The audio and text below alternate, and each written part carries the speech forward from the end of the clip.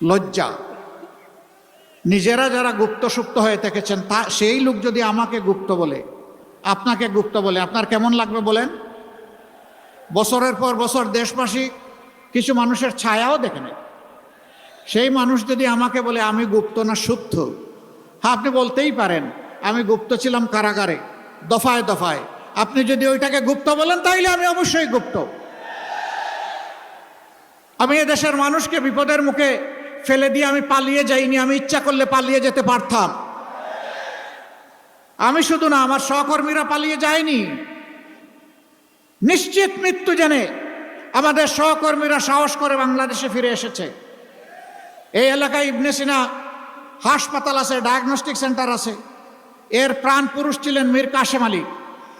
সেই সময়টা তিনি ছিলেন আমেরিকায়, যিনি বাংলাদেশের অর্থনীতিকে পাল্টে দিতে চেয়েছিলেন, যিনি এদেশের যুবকদেরকে কাজ দিয়ে উদ্দীপ্ত করেছিলেন।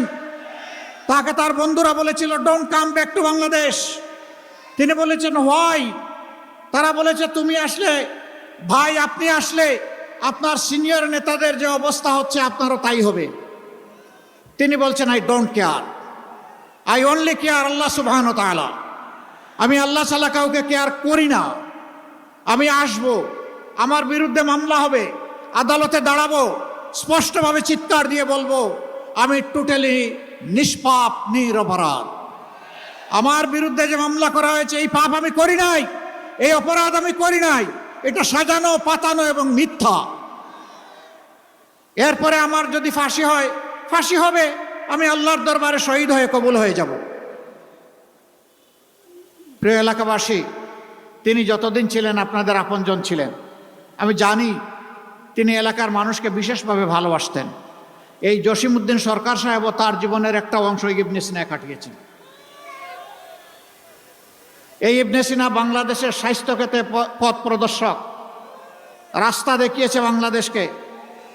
বহু হাসপাতাল আছে মানুষ যায় না, আর এই হাসপাতাল আছে লোক ধারণের, মানে তিল ধারণের ঠাই নাই, ঠাই নাই। কেন?